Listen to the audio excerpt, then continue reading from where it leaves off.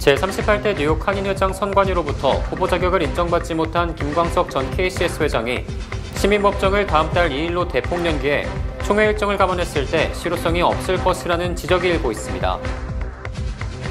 어제 대낮에 플러싱 다운타운 한복판에서 무장강도가 보석상에 침입했습니다. 코네디슨 전기가스 요금 인상률이 앞으로 3년간 두 자릿수에 달할 것으로 전망됐습니다. 뉴욕시 소방국이 앰뷸런스 이용 비용을 최소 50% 이상 인상해야 한다고 주장했습니다. 이상은 TKC 뉴스데스크 오늘의 주요 소식입니다. 아름다운 제품에서부터 아름다운 사회를 만들기까지 키스는 뉴욕에서 시작하여 현재는 전 세계 12,000명의 직원들과 함께 끊임없이 도전하는 기업입니다. 사람을 생각하고 존중하는 기업. 키스는 한인들이 사회의 주인공이 될 수 있도록 든든한 버팀목이 되겠습니다. 글로벌 뷰티 기업 키스. 시청자 여러분 안녕하십니까? 2월 23일 목요일 TKC 뉴스데스크 첫 번째 소식입니다. 제38대 뉴욕 한인회장 선관위로부터 후보 자격을 인정받지 못한 김광석 전 KCS 회장이 당초 이번 주 열기로 했던 시민법정을 다음 달 2일로 대폭 연기해 총회 일정을 감안했을 때 실효성이 없을 것이라는 지적이 일고 있습니다. 김광석 전 회장 측은 지난 17일 기자회견을 통해 이번 주 중 한인사회의 자격 여부를 묻는 시민법정을 개최하겠다고 밝혔으나 재반 준비 과정 등을 고려했을 때 다음 달 2일 이를 열 계획이라고 알려졌습니다. 김 전 회장 측은 선관위의 후보 자격 판단에 대해 50만 뉴욕 한인사회의 판단을 물어 현명한 해결 방안을 도출할 것이라고 밝혔으나 만일 3월 2일 개최된다면 뉴욕 한인회 총회일 이틀 전이어서 실효성이 없을 것이라는 지적을 낳고 있습니다. 또 뉴욕 한인회 및 선거관리위원회는 시민법정에 참여하지 않을 것으로 알려져 시민법정의 공정성 논란을 부를 것으로 우려됩니다. 하지만 김 전 회장 측으로서는 총회 이틀 전인 3월 2일 시민법정을 개최한다면 총회를 앞둔 사전 표점검 내지 지지세력 규합 효과가 있을 것으로 예상되며 그 여세를 그대로 총회장으로 몰고 가는 실익을 거둘 것으로 보입니다. 한편 뉴욕 한인회 역대 회장단 협의회는 오는 25일 뉴저지에서 모임을 갖고 이번 사태에 대한 해결 방안 등을 논의할 계획입니다. 어제 대낮에 플러싱 다운타운 한복판에서 무장강도가 보석상에 침입해 50만 달러어치를 털어 달아나는 사건이 발생했습니다. 뉴욕시경은 어제 오후 2시 반쯤 플러싱 다운타운의 39에비뉴와 프린스 스트릿이 만나는 지점의 보석상 다이아몬드 컬렉트에 무장강도 2명이 침입해 금품을 털어 달아났다고 밝혔습니다. 경찰은 권총을 든 무장강도 2명이 보석상에 혼자 있던 79세 여성을 무자비하게 폭행한 뒤 반지와 목걸이, 시계 등을 닥치는 대로 쇼핑백에 넣어 달아났으며 피해액이 약 50만 달러에 달한다고 설명했습니다. 보석상 내외부의 감시 카메라에는 복면을 쓴 검은색 복장의 남성 1명과 얼굴을 모두 드러낸 남성 1명이 촬영됐으며 79세 점원은 바닥에 쓰러져 손으로 얼굴을 가리고 발길질을 막는 모습도 포착됐습니다. 경찰은 이들 무장강도가 불과 몇 분 만에 귀금속을 강탈해 도주했다며 이들의 인상착의 등을 공개하고 신고를 당부했습니다. 코네디슨 전기가스 요금 인상률이 앞으로 3년간 두 자릿수에 달할 것으로 전망됐습니다. 어제 뉴욕주의회 공공서비스위원회에 제출한 코네디슨 제안서에 따르면 올해 코네디슨은 뉴욕시 웨체스터 카운티에서 전기요금을 4.2% 올릴 예정입니다. 내년에는 4%, 2025년 3.8% 전기료 인상을 예고한 것입니다. 가스요금 역시 오를 전망인데 코네디슨은 제안서에서 맨해튼 퀸즈 일부 지역, 브롱스, 웨스트체스터에서 가스요금을 올해 6.7% 올려야 한다고 밝혔으며 내년에는 6.3%, 2025년엔 5.9%의 요금 인상을 제시했습니다. 이에 따라 앞으로 3년간 전기료는 약 19.8% 오르게 되며 가스요금 인상률은 31.3%에 달할 수 있다는 계산이 나오고 있습니다. 아직까지 개인과 비즈니스 고객이 부담하는 인상률이 어떻게 다른지는 발표되지 않았습니다. 코네디슨은 발전회사로부터 구매하는 전기 가격과 천연가스 가격이 높아진 만큼 요금을 올릴 수밖에 없고 전선과 변압기 등 장비 유지 비용도 만만치 않다는 입장입니다. 하지만 최근 인플레이션을 겪으면서 요금 인상이 상당수 이뤄진 만큼 고객들은 납득하기 어렵다는 반응을 보이고 있습니다.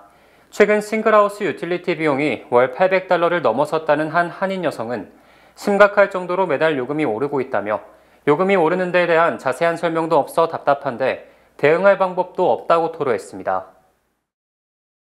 뉴욕시 소방국이 인플레이션과 응급구조요원 임금 상승을 이유로 앰뷸런스 이용 비용을 최소 50% 이상 인상해야 한다고 주장했습니다. 뉴욕시 소방국은 9일 1에 앰뷸런스를 요청하는 경우 1회 비용이 현재 $900지만 이를 $1,385로 54% 인상해야 한다며 시의회에 승인을 요청했습니다. 또 별도로 추가되는 병원까지의 운행요금도 마일당 현행 $15에서 $20로 인상해 줄 것을 요구했습니다. 뉴욕시 소방국은 앰뷸런스 운영에 투입되는 인력이 인공호흡기 등 각종 의료장비를 능숙하게 다룰 수 있는 고도로 훈련받은 의료인력이며 이들의 임금 인상을 고려해야 한다고 주장했습니다. 이처럼 요금이 인상되면 올 회계연도에 $400만, 2024 회계연도에는 $1,600만 정도 수입 증가가 예상됩니다. 앰뷸런스 요금은 지난 2021년 $775에서 $900로 16%가 인상됐으며 한 해 운영에 $6억 투입되고 뉴욕시 환자 이송의 70%를 담당하고 있습니다. 현재 소방국은 앰뷸런스 운행에 투입되는 응급구조요원에게 연봉 $39,386를 지급하고 있으며 이는 $4,000가 인상된 것입니다. 에릭 아담스 뉴욕시장과 캐시 호컬 뉴욕주지사가 MTA 자금을 두고 의견차를 좁히지 못하고 있습니다. 주정부 예산 마감일이 약 한 달 앞으로 다가온 가운데 아담스 뉴욕시장과 호컬 뉴욕주지사가 MTA 자금을 두고 충돌하고 있습니다. 호컬 주지사는 뉴욕시에 매년 $5억 MTA에 추가 지원할 것을 요청한 바 있으며 아담스 시장은 지난주 알바니에서 이러한 호컬 주지사의 예산에 문제를 제기했습니다. 아담스 시장은 한 매체와의 인터뷰에서 뉴욕주 내 그 어떤 지역도 이러한 자금 요구를 받지 않는다며 뉴욕시가 주 전체에서 차별 대우를 받지 않도록 지옥처럼 싸울 것이라고 밝혔습니다. 하지만 호컬 주지사는 뉴욕주가 이미 뉴욕시의 MTA 서비스 일부에 대한 비용을 부담하고 있고 이는 뉴욕주 전체를 통들어 뉴욕시가 유일하다고 설명했습니다. 이처럼 MTA 자금을 두고 뉴욕시장과 뉴욕주지사가 갈등을 겪는 것은 팬데믹 이전만큼 MTA 이용객 수가 회복되지 않고 MTA가 재정 위기를 겪고 있기 때문으로 풀이됩니다. 호컬 주지사는 이러한 재정적 위기를 해결하기 위해서는 우리 모두가 고통을 분담해야 한다고 덧붙였습니다.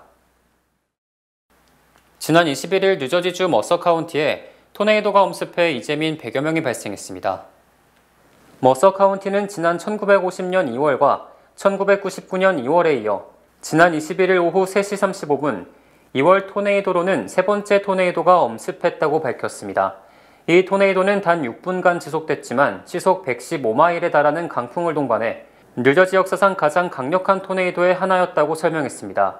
이 토네이도로 머서 카운티 내 주거 지역의 일부 주택과 나무가 뿌리채 뽑히고 골프장과 공원도 피해를 입었지만 다행히 인명피해는 없었습니다.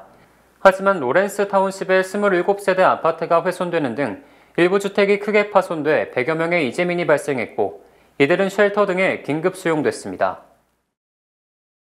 미국이 지난 10일부터 12일까지 세계 풍선을 격추하는 데 최소 $160만 지출한 것으로 드러났습니다. 월스트리트저널은 국방부가 지난 10일부터 12일까지 북미 지역 상공에서 포착된 정체불명의 풍선을 격추하는 데 전투기를 동원해 미사일 4발을 발사했으며 미사일 한 발당 가격이 $400만 보도했습니다. 월스트리트저널은 특히 지난 12일 미국과 캐나다 국경 지역의 휴런호 상공을 지나는 풍선을 격추하는데 한 발이 빗나감에 따라 2발을 발사해 약 $80만 들었다고 설명했습니다. 하지만 이들 3개 풍선은 지난 4일 사우스캐롤라이나 인근 해상에서 격추한 중국 스파이 풍선과 달리 기상관측 등 미국의 안보에 위협을 가하지 않는 비행물체로 추정됩니다. 현재 국방부 당국은 이 풍선의 잔해를 수거해 분석 중인데 오락용이거나 기상관측, 과학연구용일 가능성이 가장 크지만 2만 피트에서 4만 피트 상공을 비행해 민간 항공기 운행에 위협이 됐다며 격추의 당위성을 주장했습니다. 바이든 대통령이 국정연설 이후 지지율이 1년 만에 사상 최고치를 기록했습니다. 공영방송 NPR과 PBS, 여론조사업체 마리스트가 지난 13일부터 16일까지 미국 성인 1,352명을 대상으로 여론조사를 실시한 결과 바이든 대통령 지지율이 46%를 기록했습니다. 이는 바이든 대통령이 지난해 3월 4일 지지율 47%를 기록한 이후 1년 만에 최고치며 지난해 7월 36%까지 하락해 연중 최저치를 보인 뒤 1월 43%를 기록한 데 이어 다시 치솟은 것입니다. 또 민주당 성향 지지율은 1월 85%에서 88%로, 공화당 성향 지지율은 1월 13%에서 15%로, 무당층은 32%에서 36%로 올랐습니다. NPR은 바이든 대통령 지지율 상승에 대해 예상외로 선전한 지난해 11월 중간선거와 이달 초 국정연설로 지지층 신뢰 확대, 2024년 대선 출마 임박에 따른 지지층 결집 등을 이유로 꼽았습니다. 플로리다주 올란도에서 살인사건 현장을 보도하던 기자들이 용의자 총에 맞아 숨지는 사건이 발생했습니다. 어제 오후 플로리다주 올란도 외곽 파인힐스에서 20대 여성 피살 사건을 취재하던 스펙트럼 뉴스 방송의 취재진 2명이 용의자의 총격을 받아 한 명이 숨지고 한 명이 부상을 입었습니다. 이 용의자는 19세 남성으로 이에 몇 시간 앞서 20대 여성을 살해한 뒤 도주했다가 다시 사건 현장으로 돌아와 취재 중이던 기자들에게 총격을 가한 것으로 드러났습니다. 이 용의자는 기자들에게 총격을 가한 뒤 현장에서 한 블록 떨어진 가정집에 침입해 총기를 난사했고 9살 여자 어린이가 숨지고 어머니가 중상을 입었습니다. 경찰은 총기로 3명을 사살하고 2명에게 중상을 입힌 이 남성을 체포했으며 방송사 취재진과 모녀 등은 용의자와 아무 관련이 없는 것으로 알려져 묻지마 범죄로 추정됩니다. 인플레이션 둔화 속도가 느려진다는 지표가 속출하자 연준 내 매파가 기준금리 수준을 0.75% 더 올려야 한다는 강경 주장을 펼치고 있으며 이달 초 연준 회의에서도 0.5% 주장이 있었던 것으로 확인됐습니다. 제임스 블러드 세인트루이스 연방준비은행 총재는 CNBC 방송과의 인터뷰에서 우리는 금리를 5% 위로 올려야 하며 현재로서는 적절한 금리의 중간값이 5.375%라는 입장이라고 주장했습니다. 이는 적절한 기준금리의 하단이 5.25%, 상단이 5.5%라는 뜻으로 현재의 4.5%에서 4.75%보다 0.75% 더 올려야 한다는 주장으로 풀이됩니다. 블러드 총재는 금리 인상에 따른 효과를 확인하기 위해 인상 속도를 늦추고 관망하자는 의견이 있지만 우리는 아직 종금리라고 부를 수 있는 수준까지 가지 않았다. 그 수준까지 올린 뒤 효과를 관망해야 한다고 강조했습니다. 연준이 어제 공개한 연방공개시장위원회 회의록에 따르면 몇몇 위원들이 0.5% 금리 인상을 원했지만 거의 모든 위원들이 0.25% 인상이 적절하다는 데 동의한 것으로 나타났습니다. 한편 시카고 상품거래소 패드워치는 다음 달 기준금리 인상폭을 0.25%로 보는 의견이 76%로 0.5%로 점치는 의견 24%에 3배에 달했습니다. 하지만 선물시장은 6월 기준금리 상당이 현재보다 0.75% 오른 5.5%로 예상하는 의견이 59%로 일주일 전보다 무려 47%가 늘었고 5.75%로 예상한 답변도 16%에 달해 연준이 금리 인상폭을 확대할 것이라는 우려가 커지고 있습니다. 지난해 하반기 미국 집값 총액이 약 5% 감소해 2008년 글로벌 금융위기 이후 가장 큰 폭의 감소를 기록했습니다. 부동산 중개업체 레드핀 집계에 따르면 미국 집값 총액은 지난해 6월 47조 7천억 달러로 사상 최고치를 기록한 뒤 지난해 하반기에 4.9%, 2조 3천억 달러가 줄었습니다. 이는 지난 2008년 서브프라임 모기지 사태 및 이로 인한 글로벌 금융위기 이후 집값이 5.8% 감소한 2008년 하반기 이후 가장 큰 폭으로 줄어든 것입니다. 지난달 미국 집값 중간값은 38만 3,249달러로 지난해 5월 최고치 44만 3,133달러보다 11.5% 하락했습니다. 또 기존 주택 판매 건수도 지난달 0.7% 감소해 12개월 연속 줄어들면서 1년 전보다 36.9%가 급감했습니다. 지역별로는 지난해 12월 플로리다주 마이애미의 집값 총액이 1년 전보다 20% 늘었으며 사라소타와 테네시주 녹스빌, 사우스캐롤라이나 찰스턴도 17% 증가했습니다. 반면 캘리포니아주 샌프란시스코는 6.7%, 오클랜드와 산호세도 각각 4.5%와 3.2%가 줄었습니다. 어제 서부 지역에서 등반에 나섰던 한인산악회 회원 3명이 갑작스런 눈사태로 목숨을 잃었다는 안타까운 소식 전해드렸었는데요. 북서부 쪽에 겨울 폭풍이 몰아치면서 한인들에게도 피해가 잇따르고 있습니다. 조지연 기자입니다. 눈길을 점검하러 나온 경찰관. 속도를 줄이지 못한 트럭 때문에 하마터면 큰일 날 뻔했습니다. 눈폭풍에 갇힌 남자는 어디로 가야 할지 길을 잃었습니다. 고속도로가 폐쇄되면서 트럭들은 꼼짝을 못합니다. 북극의 찬 공기 덩어리가 남쪽으로 내려오면서 미국 북부와 서부 29개 주에 겨울 폭풍 경보가 발령됐습니다. 겨울 폭풍의 영향을 받는 주민은 6,500만 명에 이릅니다.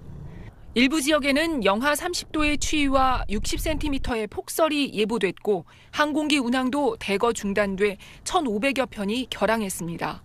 We just wanted to make sure everything was lined up and we wouldn't be the reason for a delay, and then we ended up getting a text message about being delayed anyway. 앞서 현지 시간으로 지난 19일 서부 시애틀 근처 캐스케이드 산맥에서 등반에 나섰던 한인 산악회원 3명이 목숨을 잃었습니다. 숨진 한인들은 뉴욕의 한인 산악회 소속 회원들로 해발 2,000m 지점에서 갑자기 발생한 눈사태에 휩쓸렸습니다. 캐스터 산맥 쪽이 겨울 날씨가 그렇게 변화무쌍해요. 날씨가 굉장히 안 좋아요. 특히 2월달, 3월달 굉장히 사고가 많이 나요. 함께 등반했던 다른 회원 4명은 구조 요청을 위해 급히 산에서 내려온 상태로 눈보라 때문에 사고 현장 접근이 어려워 아직 시신을 수습하지 못하고 있습니다. 현지 경찰은 날씨가 좋아지는 대로 구조 헬기를 띄울 예정입니다. SBS 조지연입니다. 주요 단신 전해드립니다.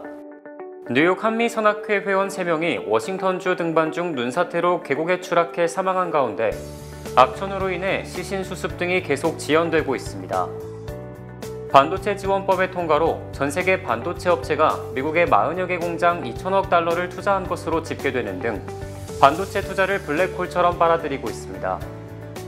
에릭 아담스 뉴욕시장이 전철 안전 강화 시행 1주년을 맞아 지난 21일 밤 2시간 동안 전철을 타고 뉴욕시 역들을 순찰했으며 노숙자 4,000명이 감소했다고 밝혔습니다. 지난 20일 밤 11시쯤 퀸즈 사우스 리치몬드 일에서 28세 운전자를 폭행해 중상을 입히고 렉서스 승용차를 훔쳐 달아난 15세 소년 2명이 어제 경찰에 체포됐습니다. 지난 21일 낮 퀸즈 윌렛 포인트 시티필드 인근에 주차된 차량에서 33세 남성이 피살된 채 발견돼 경찰이 살인사건으로 보고 수사에 나섰습니다. 진보 성향과 높은 세율 등을 비판하며 텍사스주로 떠났던 일론 머스크 테슬라 최고 경영자가 다시 샌프란시스코 팔로알토에 세계 엔지니어링 본부를 짓겠다고 밝히는 등 캘리포니아로 돌아옵니다. 최악의 실적 부진에 빠진 미국 반도체 기업 인텔이 분기 배당금을 주당 36.5센트에서 12.5센트로 65% 줄였으며 이는 16년 만에 최소 금액입니다. 맥주를 싫어한다던 빌 게이츠 마이크로소프트 창업자가 하이네켄 지분을 9억 200만 달러어치 매입한 것으로 확인됐습니다. 2월 23일 목요일 TKC 뉴스데스크 여기서 마치겠습니다. 시청해주신 여러분 고맙습니다.